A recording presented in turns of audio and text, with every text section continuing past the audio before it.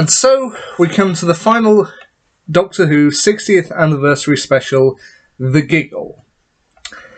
Now, this episode, I admit, I found this episode a lot of fun, but it does have some elements that I do believe people are going to have problems with, people are going to object to, and is the episode perfect? Probably not, but as I said, it's fun.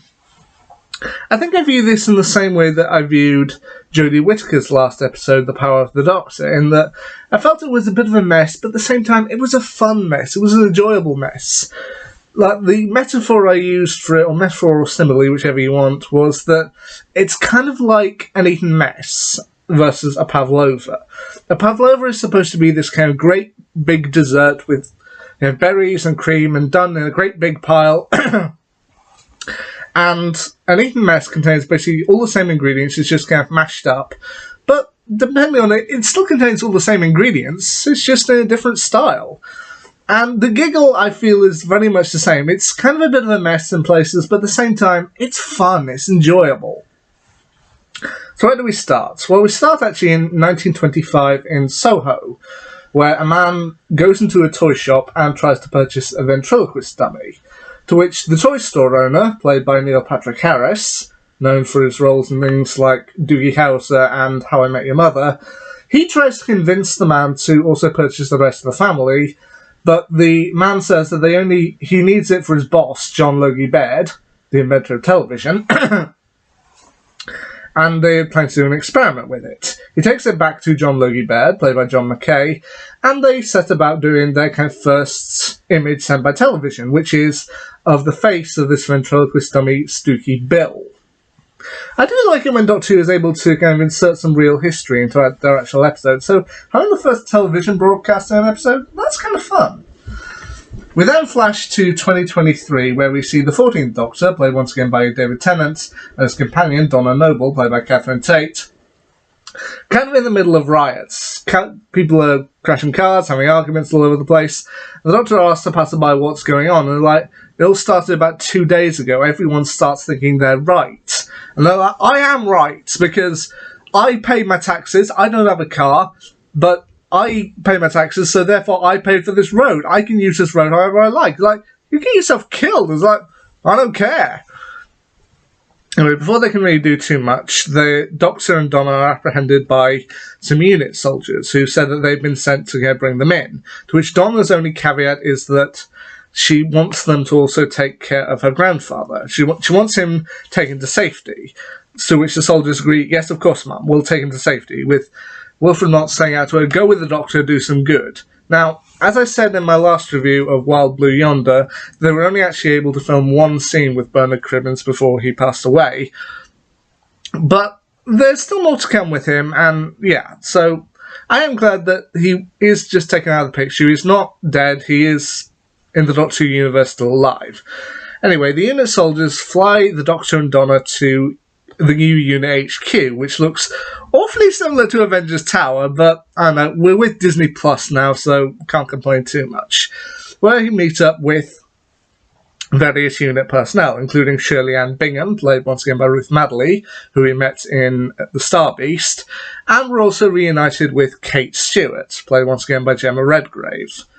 To which the Doctor is happy to see her, and we see her striding towards him and think, oh dear, is she going to slap him? Is something happened? Is she going to slap him? Is she going to just launch straight into military talk? No, she hugs him. Like, well, okay, that's a bit unexpected, but you know what, in the worst of times, that can bring out the best in people. To which she brings him back inside, and there are other unit personnel there, not just Kate and Shirley Ann Bingham, but then we're also reintroduced to another former Doctor Who companion, Mel Bush, played once again by Bonnie Langford. Now, Bonnie Langford as Mel Bush had previously appeared in The Power of the Doctor, being a member of the Companions Anonymous group at the very end of the episode. And one question that kind of arises from that is, how did she get back to Earth? Because back in the 1980s, her final story saw her kind of hitching up with another space traveller, Sabalon Glitz, played by Tony Selby, and her going off to explore the universe with him. So the question from The Power of the Doctor was, how did she get back to Earth?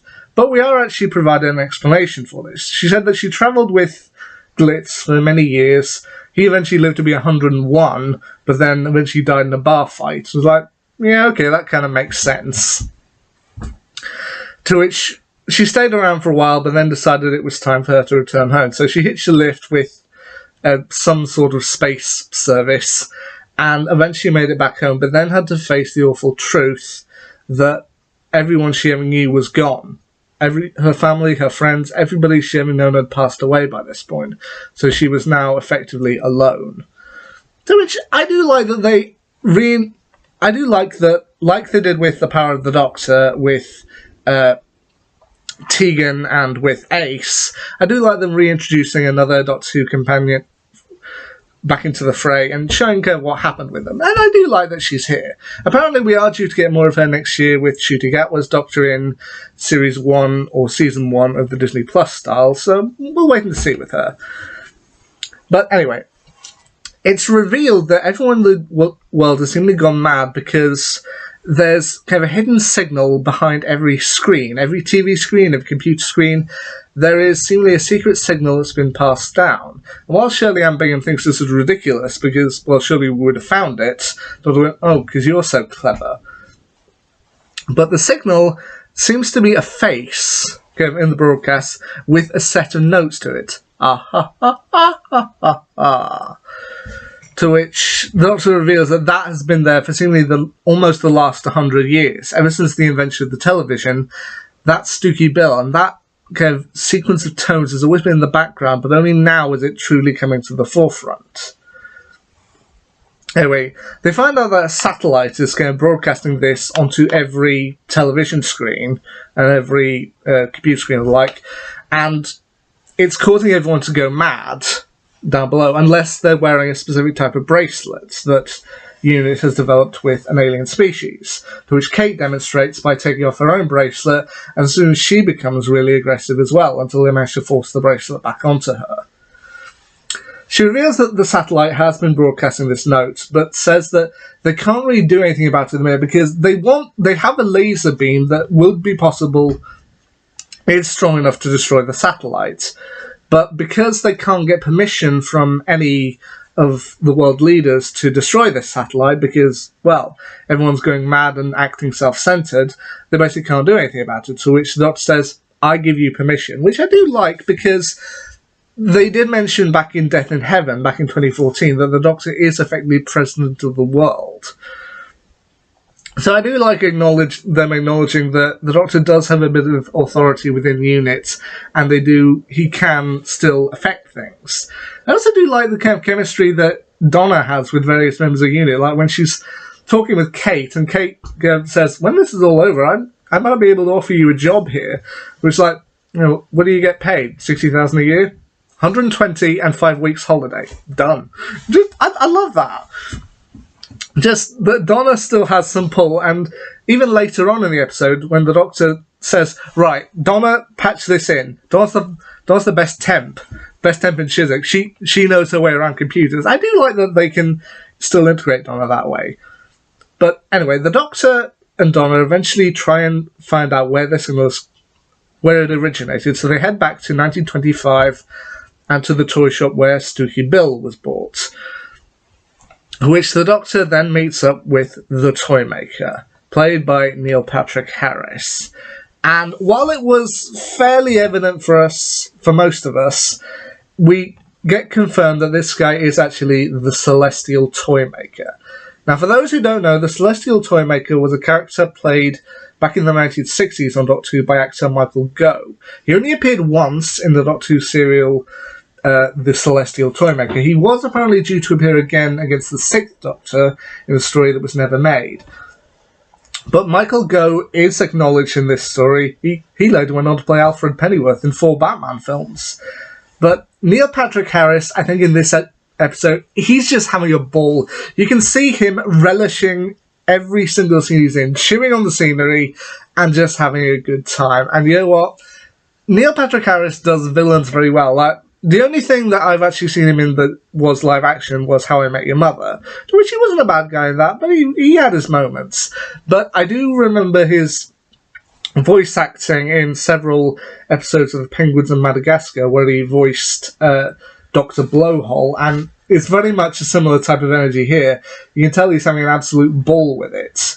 To which the Doctor recognises the Toymaker, or realises it's him, and he and Donna end up basically getting trapped in the Toymaker's world briefly, with Donna encountering the family of Stooky Bill, who essentially tried to murder her, only for her to be able to use her own rhymes and turn the tables on the wife before telling the children, "You want to go?" To which, eventually, the Doctor and Donna are set before a puppet show done by the Toymaker, who reveals to Donna some of the Doctor's other companions after her and what happened to them, and how most of them died, even though the Doctor objects to all of them, as he recounts the tales of Amy, Clara, and Bill.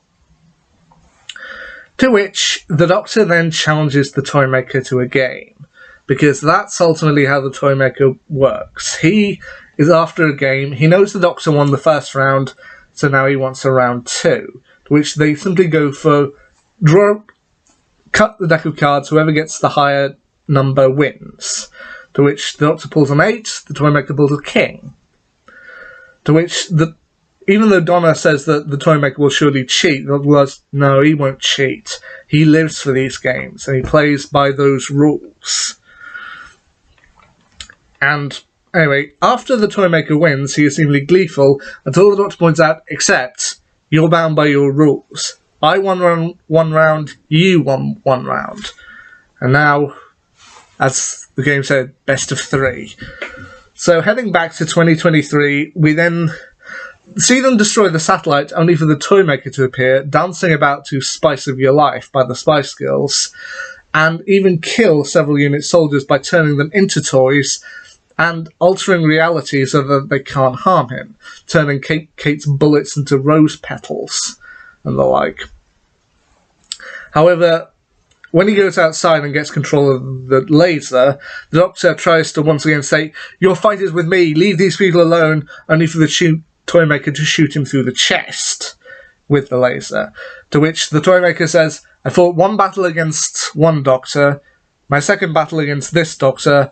By your own rules, I must fight the final fight with the next Doctor." To which we see the Doctor preparing for regeneration, his face and hands start to glow, to which Donna and Mel race forward, saying that he doesn't have to die alone. And here we come to a part where I think people may have an issue with it. Personally, I thought it was a lot of fun, but here's where people might have problems. Because we see the Doctor, him start to glow, you think the moment's coming, and then it seemingly just stops. The Doctor says, can you pull? To which Donna and Mel's like, what? Like, no, literally, pull. And they somehow manage to pull the Doctor, and there are suddenly now 2 Doctors, as one grows out of the other. To which we have the Doctor, played still by David Tennant, and then the next Doctor pulled out of him, played by Ncuti Gatwa. Now, I am actually glad we get to see a bit of Ncuti Gatwa's acting here, because we could have waited until Christmas to see Ncuti Gatwa's Doctor in action, but it is nice that we do get to see him have his first battle in an episode with the previous Doctor and seemingly have some fun with it, which we quickly get what this Ncuti Gatwa's Doctor is all about. So, like, he's sassy, he's quirky, he's full of energy, and anyway, both of them challenge the Toymaker to one final game, and recounting what's something that the Toymaker told them earlier, to which they decide to go for catch, to which they simply have to throw a ball about on the top of the unit tower, and then whoever drops it, they lose. To which the Doctor, to which David, Ncuti, and Neil throw the ball about, to which some very close calls, until eventually the Doctors manage to throw the ball over the side of the unit building, meaning the Toymaker has lost. And the Doctor states as their prize, they are banishing the Toymaker from the universe. To which, while the Toymaker tries to object, he eventually begrudgingly goes, but tells them his minions are coming. Whether that'll mean more trouble for Ncuti, I don't know. Anyway, the doctors state that they've gone through a process of not regeneration, but bigeneration. Seemingly, the regeneration had happened, but now there are two versions of the Doctor. But one thing I admit I do like with this particular story is that they do acknowledge some elements of... Oh, actually, one thing before I get to that. It's also hinted at another Doctor Who villain who we had seen fairly recently, which the Toymaker reveals them that the Master had come to him, he was dying, he had played against the Master, and the Master had lost, and the Master was now effectively in the Toymaker's gold tooth. Ugh. But when the Toymaker is defeated, we see the gold tooth is kind of left on the edge of Unit HQ, and then a hand with red nail polish picks it up, very similar to what had happened in Last of the Time Lords at the start of the End of Time Part 1. So will the Master be coming back soon? We'll have to wait and see. But anyway, as I said, one thing that I did like about this particular episode was how much they acknowledged the wider Whoniverse. Because as the Doctor, Donna, and both Doctors and Donna are stood inside the TARDIS, David's Doctor kind of admits it's still hard for him to let go, and Donna suggests that maybe this face came back and came to find her because he's overworking himself. He needs to kind of calm down. He needs to be able to just stop and just enjoy life. Just enjoy a normal life. To which David's Doctor says, I don't know how to do that. It would drive me mad.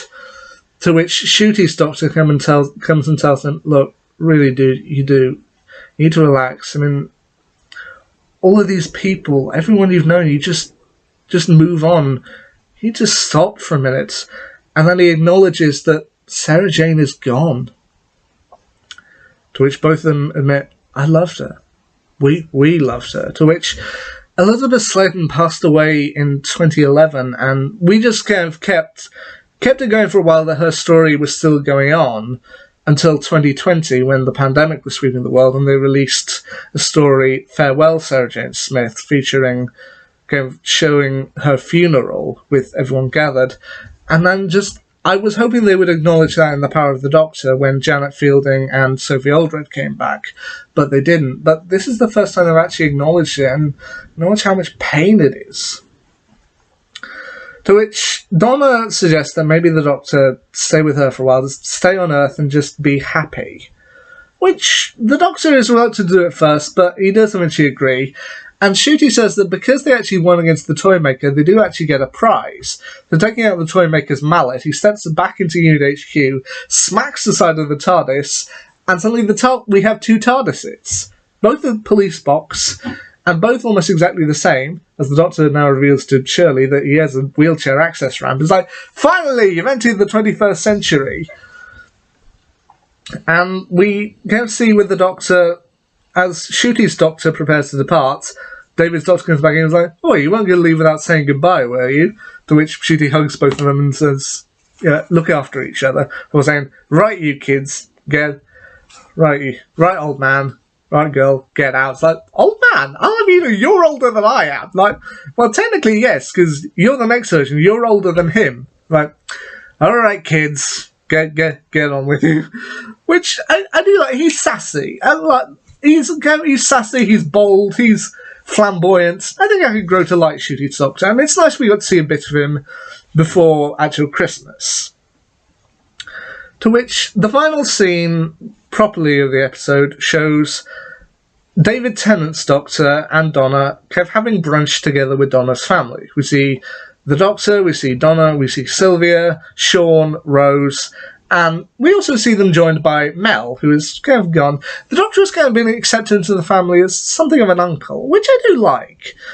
And we hear off in the background that Wilf is off shooting moles. Like, what? Oh dear. Which is another one. Yeah, it's alright, I gave the moles a force field. I like the moles.